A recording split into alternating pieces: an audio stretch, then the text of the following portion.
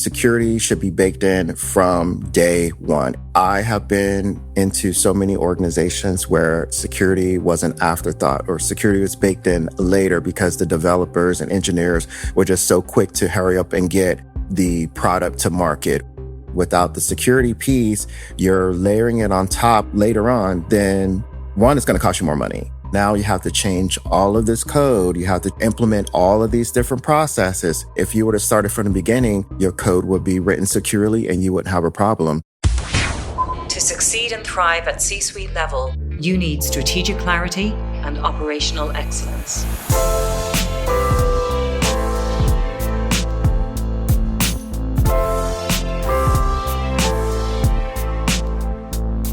Hello there, it's time again for the C-Suite Framework podcast. How are you doing? If you are listening to this in real time, it is late December, early January. I hope that you've managed to maybe get a little bit of downtime over the holidays. This is a favorite time of the year for me where maybe somewhat a little bit away from the hustle and craziness, you grab a notebook, go sit somewhere quiet and try and get a little bit intentional about the year ahead and goals, hopes, aspirations, maybe old habits you want to shed, new things that you want to take on board, a time to really get your head straight and look forward to the year ahead. And to maybe help inspire you and to stimulate the brain cells after eating all of that Christmas turkey, I have a brilliant guest on the podcast today. His name is Cordell Robinson. He has deep technical expertise, former military, software engineering, cybersecurity, data privacy. I suspect there's lots of things that he's seen and done that he doesn't share, but what he is very much willing to share are his thoughts on how clients should approach cybersecurity, data privacy, AI, and so on. And he's got strong views, and he doesn't hold back on them. And in particular, we brought it back several times to security and cyber for non-technical people and how we non-techies can still be highly engaged, highly thoughtful, and highly useful in these discussions as we look at our organizations and what they're doing with data and technology. A reminder to check out my courses and books and podcasts and all sorts of other good things on my website at www.csuiteframework.com.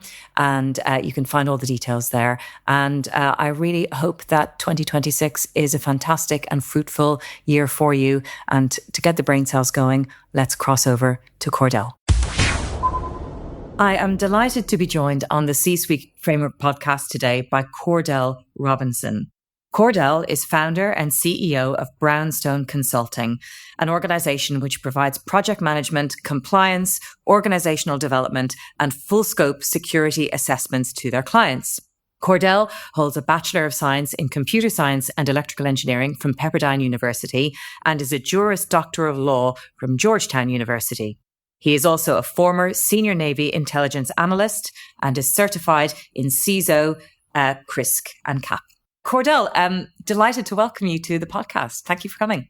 Great. Thank you for having me. Cordell, you have such an interesting career, academic background and career. For the benefit of our listeners, just walk us through that career trajectory and some of the major pivots that you took along the way. Sure, definitely. So when I started university, I went for electrical engineering and computer science because, I have a, strong technical mindset. So I thought, maybe being as, a software engineer or architect or something like that would be in the engineering world would be wonderful. And I really enjoyed math and sciences. I thought it was always fun. But from there, when I graduated university, I decided to join the United States Navy because one, I wanted to serve my country. And two, I wasn't sure exactly what I wanted to do career-wise. So I joined, ended up in the intelligence field, which was really, really fun. I served in Diego Garcia, which is in the middle of the Indian Ocean, and in Rota, Spain. So both really great duty stations, very different duty stations, but really great. And did different work in each. Some of it cross-pollinated, but a lot of it was a lot different. From there, when I left the Navy, I did almost 5 years. When I left the Navy, I moved to Washington, D.C., and I wasn't exactly sure what I wanted to do. So I did get a job as a software engineer for a contracting company, working as a contractor for a Department of the Army, which was cool, but I didn't really want to be a software engineer. I, started doing the work and it was like, I don't really want to read code all day. I don't really want to deal with like software like all the time. I want to do something else. So I enrolled into law school. And once I got my law degree, I basically married legal with, they call it now cyber, was information security. So I married the two together and really based and built my career around that. So I built out kind of a niche area. And this was before privacy was a big thing. I mean, yeah, we have the Privacy Act of 1974, but law and privacy wasn't like really strong. This was back in the early 2000s. So, and then it came about closer to like 2010 timeframe, like 2008, 2010 timeframe was when a lot of attorneys started to go into the privacy realm of the cyber portion. But what I was doing was not just privacy. I was doing the entire compliance umbrella because I thought the entire compliance umbrella was a lot more exciting because compliance covers all of cyber, the technical, the non-technical, the legislation, privacy, all those things. So I built out that niche career. I worked for several different contracting companies, ended up working at Hewlett-Packard for a few years, which was a great opportunity working for a big corporation. I learned quite a bit there. And then when I left there, I decided to start my own firm because I wanted to do things my way and kind of build out a company and a career that I think that would best fit a lot of clients' needs because having a smaller, more boutique company really, I think, would serve well to a lot of organizations. It's a fascinating series of steps, and it feels as if you took each step at its time. You figured out what you needed next and went and did that and then moved forward. How did you find, can I ask, the pivot between obviously a military career and a military context and then moving into the private sector and then moving into, a big organization with a lot of scaffolding, I guess, and rules and regulations to kind of doing your own thing? Like those are some major, major pivots in different contexts, aren't they? Yeah, major pivots. But I've always took really big chances because I'm a visionary. And so I always have big and bold visions. I remember when I was in the military, one of my senior officers said, you have lofty goals, because I would talk about different things that I wanted to do. They said, you have lofty goals. And I'm like, no, I just have bold vision. And when I set my mind to do something, I go ahead and take the leap and go for it. And I just feel like if you have the grit and you put in the hard work, you can achieve it. Yeah, well, including becoming a lawyer with Georgetown University. The military career, and any fun anecdotes that you're authorized to share with us? Anything good you can tell us from those years? Sure. So Diego Garcia kind of is a tiny little island in the middle of the Indian Ocean. Not many people knew about it back then. I think now more people know about it. And so what was interesting was, and I don't know how it is now, but mail took 30 days. So if you sent mail out back to the United States, it took 30 days to get there. And if you sent, you got mail from back home, United States, it took 30 days to get there. And so that was like quite a long time. And then phone calls were $2.50 a minute. So people barely called home because it was like very expensive. And so those were adjustments because we were so used to, things just in a few days. And back then phone calls did cost because we didn't have cell phones, smartphones, or anything like that. Cell phones were out, but they weren't like now where everybody has one.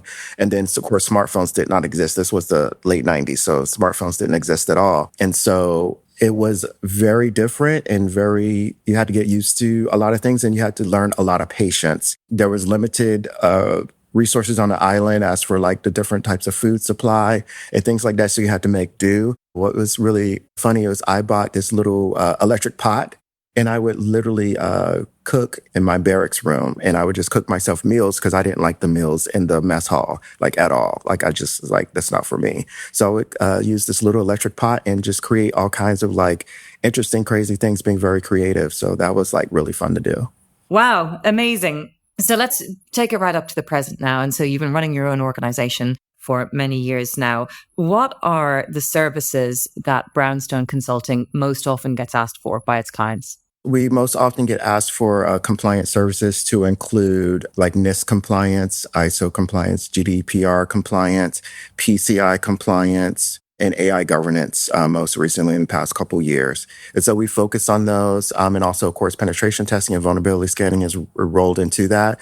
And within those services, we do one of two things or sometimes both. Sometimes we split the team in half. So we'll either write all the documentation for an organization by interviewing everyone and getting all the proper information and then guiding them to make sure that their security posture is strong, or we go in and we are basically like pre-auditors or assessors. We assess their organization and provide them assessment services to let them know what their security posture is and what they need to do to fix it. And sometimes we do both, where we split the team in half. And so the team, we have certain rules and guidelines where the team, they cannot communicate with each other on anything as they're doing the job, so that there's no data leakage and the information stays pure. And so one half of the team does the compliance side and writes the documents, and then the other side does all of the testing. And then we send the testing to someone that has nothing to do with the project, so that everything remains in line and everything remains, status quo. So the use case is, I want to become ISO certified. I want to become NIST. I want to demonstrate.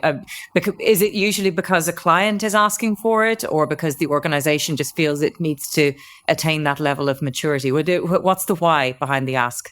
It's both. It's mostly because they have to do it. So most organizations, they get audited by different auditing firms, or their governments audit them, or their governments have requirements. So, for example, in the UK, GDPR is a requirement for a lot of companies. So they have no choice but to go through the process to, get GDPR certified. In the United States, it's NIST. That's usually NIST 853 or really FISMA. FISMA is the umbrella of NIST. And so there's all of NIST publications and documents, special publications and documents.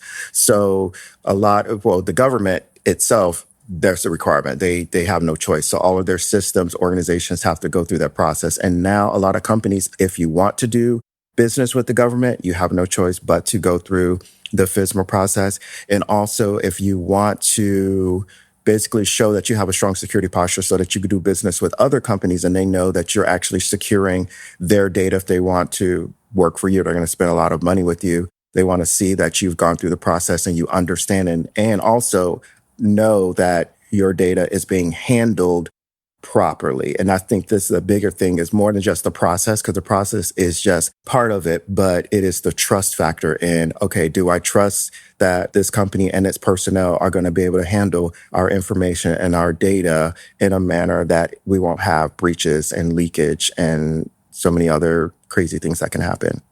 It sounds like, does it often start as a compliance exercise, right? I want the piece of paper that says I'm certified in this, but actually potentially become something more thoughtful?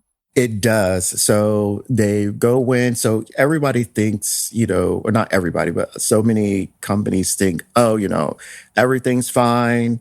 We haven't had a breach. We've been, working and doing these operations for all these years. So, we're going to go and, basically they call it a check in the box. We're going to get this paperwork done. It's a check in the box. And then once they get into it, and then we present the findings, and also especially when we present not just the technical findings of the vulnerabilities they have or the penetration tests on, like, okay, there's bad actors actually sitting on your network.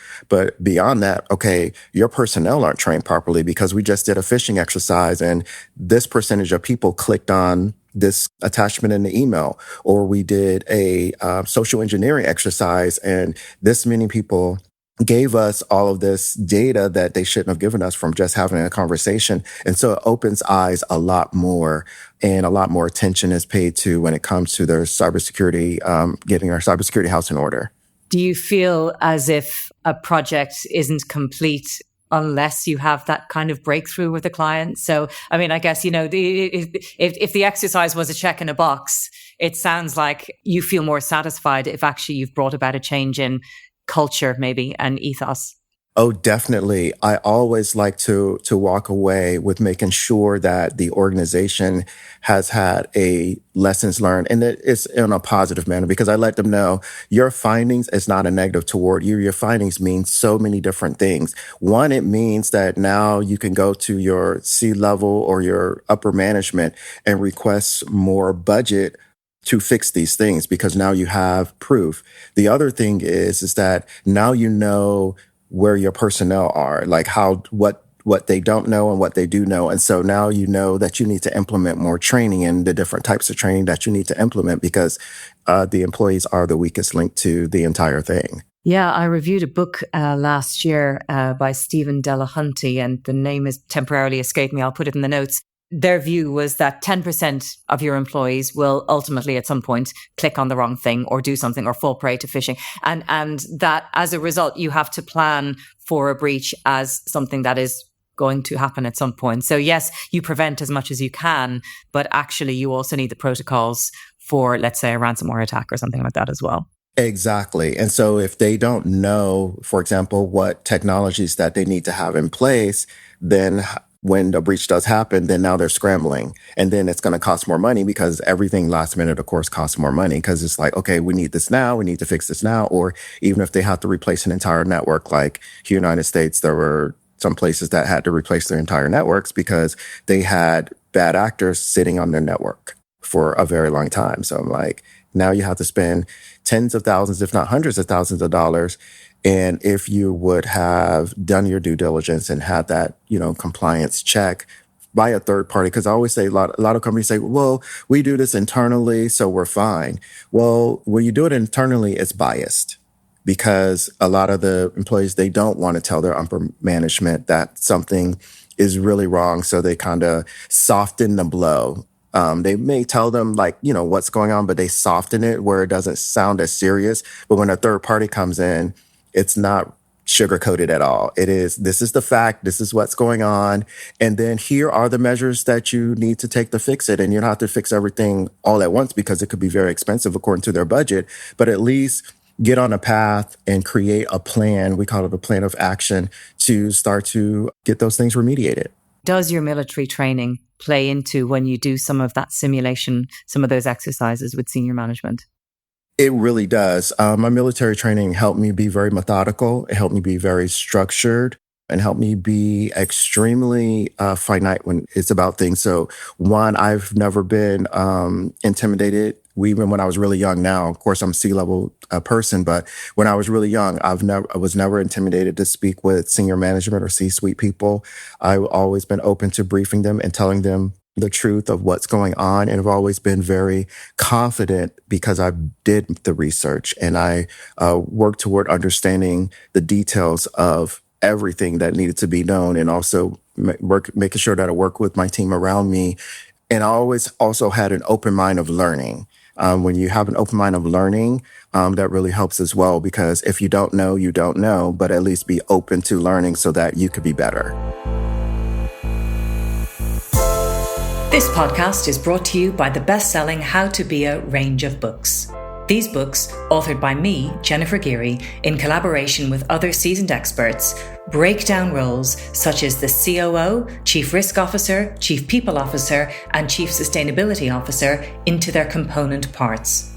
They explain the technical capabilities you need, but also how to operate at this level, preparing yourself, getting to know your peers, engaging with culture, strategy, building your team, and much more.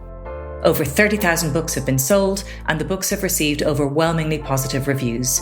There's even a book about the role of AI called The Augmented COO. Check out the books, available on Amazon and Waterstones now. I found when I worked in Save the Children, we obviously had a very powerful crisis management protocol because they were on the humanitarian front line, there were lives at risk. And what I loved about that planning, which I still take forward now, is it wasn't especially detailed. Like, we didn't map scenarios to the nth detail because it was so varied in so many different contexts. But what we did have was a very rapid way to get the right people together, to establish who was in charge. So, for example, if the CEO was involved, because he traveled a lot, was involved in the conflict, where the chain of command went, who was next and so on, and how to work problems in a really high pressure situation. I'd love your perspective on that as well, though. It's like the quote by Eisenhower, I think, that, a lot of plans are useless, but the act of planning is very useful indeed. What are your thoughts on that? Definitely. So in the cyber war, we call that contingency and incident. So contingency planning and incident response planning. So you have a contingency plan. So it's basically, what's the chain of command? Who is contacted? When are they contacted? How are they contacted? And then you have the incident responses. If there's an incident, and you have different incident scenarios, and it's not really just the plan itself, it's actually executing it. And so we always say, have you actually performed an exercise, an actual test, a real live exercise or an actual test exercise, but made the test exercise as live as it can be? Because when you do that and you it's just like anything. When you practice something and you do it over and over, you get better and better at it, and then it becomes seamless. So when you have a real protocols that you have to deal with, it's like second nature. You're able to do it. And so I always really press toward that, especially a part of our compliance services that we provide. One of the main things that comes out of it, I'm like, well, if you don't want to spend a lot of budget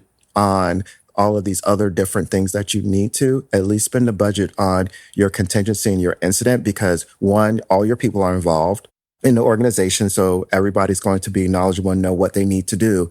And then two, you'll know how to react. And then there's no major panic because you practice on how to react. You're obviously based in the US, Cordell. I'm here in London, but I think you do quite a bit of international work. What differences do you perceive, particularly at the moment, between the US and Europe? So I would say Europe, it has more stricter regulations than the US right now, which I think is great. I really love the European restrictions. I know that the United States is working on increasing their restrictions in the near future, which is great. But I really like working with European companies, especially, the different EU acts and things that are out there. And it really helps me doing work here in the United States with different companies, because with that experience working with the European companies, it helps my company be stronger and also provide better services. And then working with the European companies, it really gives a different flavor on not just the work itself, but how business is done, because business is not done the same on the different continents at all. No, it really isn't, is it? And it's interesting that you say you like and you encourage and you like working with restrictions. That was your word. I mean, obviously there is a higher bar at the moment in Europe when you look at the EU AI Act, GDPR, which has kind of become the global standard and that kind of thing. But a lot of European regulation is also outcomes based rather than checkbox, which I think maybe some US organizations struggle with as a concept. That is so true. And that is one of the things that I am working with companies here in the US is looking more towards outcome based instead of a check in a box, because the outcome is what matters. The outcome will affect your bottom line, not the check in a box. And so I say, look at what the outcome is going to be so that you can work on bettering that outcome, and it's going to make your lives better. I mean, it's growing pains at first, of course, because people don't like the change, but I also come to them because a lot of security professionals have in the past and still now, because I've ran into it where, at least here in the United States, where it's very combative, where they're like, no to everything and you can't do this and you can't do that. And I like to be collaborative. I'm like, let's work together to get you to where you need to be, instead of me telling you, well, you can't do any of these things. You can still do things. You just have to collaborate properly with your third-party security organization and make sure that you work together to get things to the point where you're going to be compliant, to the point where your systems are secure, to the point where your people are properly trained. And something, I espouse all the time as well is that when you bring your risk and compliance professionals into early design stages, into like analyzing the problem from the get-go, and you can actually build in security by design from the beginning, it can be so much more seamless and so much higher quality. When I was in Asto, we inbuilt security right into the customer journey, and it was a 9-minute end-to-end journey with a financial decision at the end. But you just didn't even know it was security. It was just happening naturally as part of the customer journey, and that's what I always aspire to. Yes, I love that concept, and we do that here in the software development lifecycle, the SDLC, where security should be baked in from day one at the beginning of the process, because I have been into so many organizations where security was an afterthought, or security was baked in later because the developers and engineers were just so quick to hurry up and get the product to market or to get the system online. Well, then without the security piece, you're layering it on top or trying to put it in now, later on, then one, it's going to cost you more money. Two, it's going to seem like a big nuisance because now you have to change all of this code. You have to change or implement all of these different processes. Yeah, you do. But if you were to start it from the beginning, it will be normal. The processes would be normal. Your code would be written securely and you wouldn't have a problem. And we're, facing that today with the latest technologies where people just, organizations or companies are just throwing out these technologies. And I go and I analyze a lot of these technologies. I'm not going to say the names of the technologies, but I'm like, security's not baked into this from the beginning. It just isn't. And so I'm like, this is going to become a problem down the line. And people just jump on it, they use it. And I'm like, you're going to have a problem. Cordell, most of the people listening to this podcast will not have the deep level of technical expertise that you and your team have. Talk to me a bit about working with non-technical people, what you like to see across the table from you. So if you and I were sitting across a board table talking about a project or a certification or some remediation work and so on, what advice do you have for non-technical people to be useful, to ask the right questions, and to be able to engage with your team in order to get the most out of an engagement? So I always tell non-technical people to think about what they do personally in life. So how do you protect your bank accounts? How do you protect your passwords? So when you log into your bank, you have to have two-factor authentication, right? When you have to log into your email or anything like that, you have to have a user ID and a password, and most likely now two-factor authentication to do that.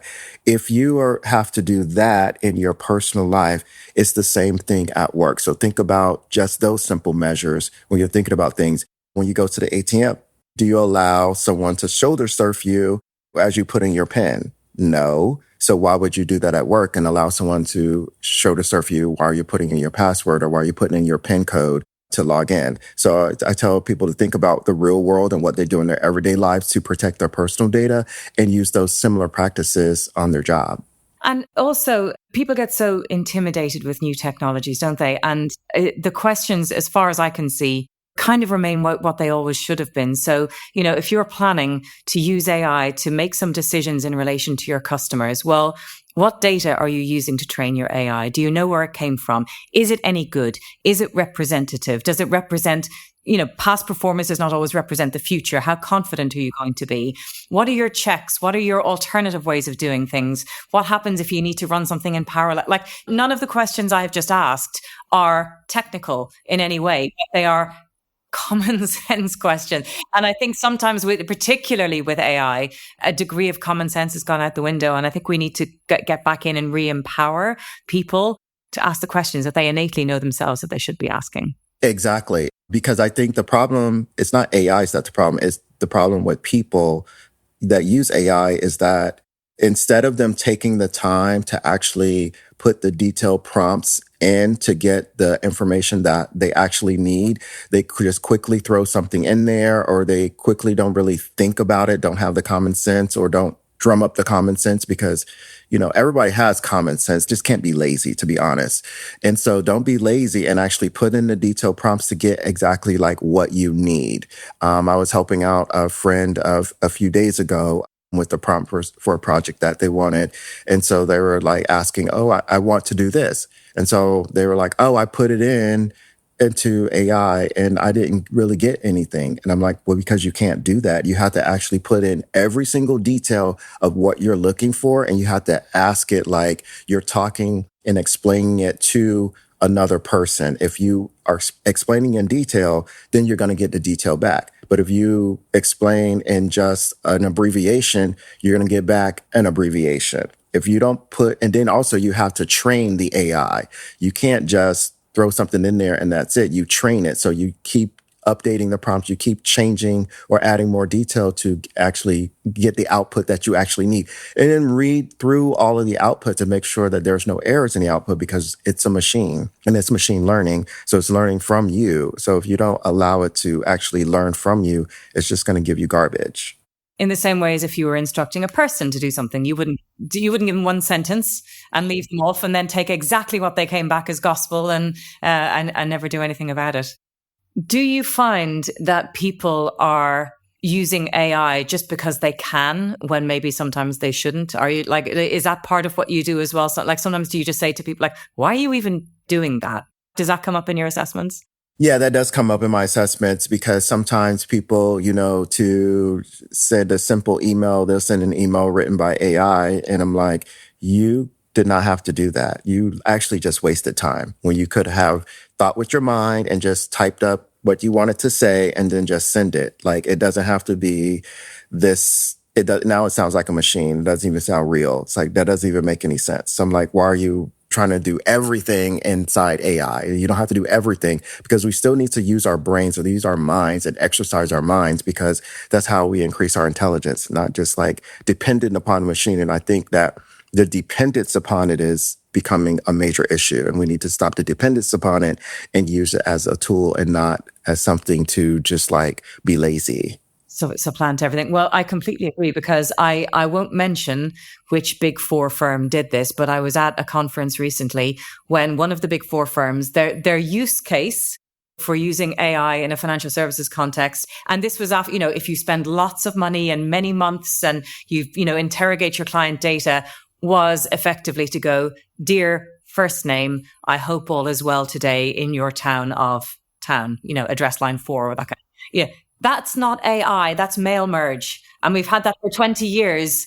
And no, you don't need to spend, and you don't need to, use your customer data in that way. You don't need to spend the time or the money doing that. That is not a good use of AI. So I think selection of use case is something that we're not maybe always being very clever about.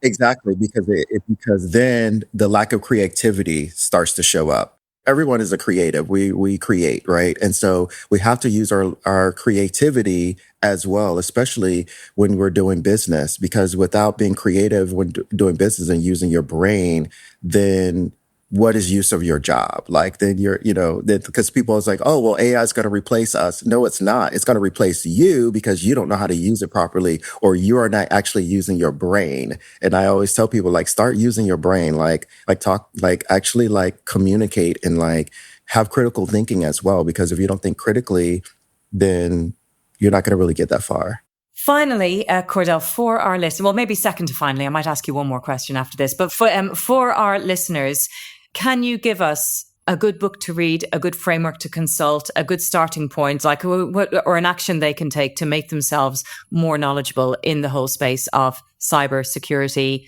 AI, and so on?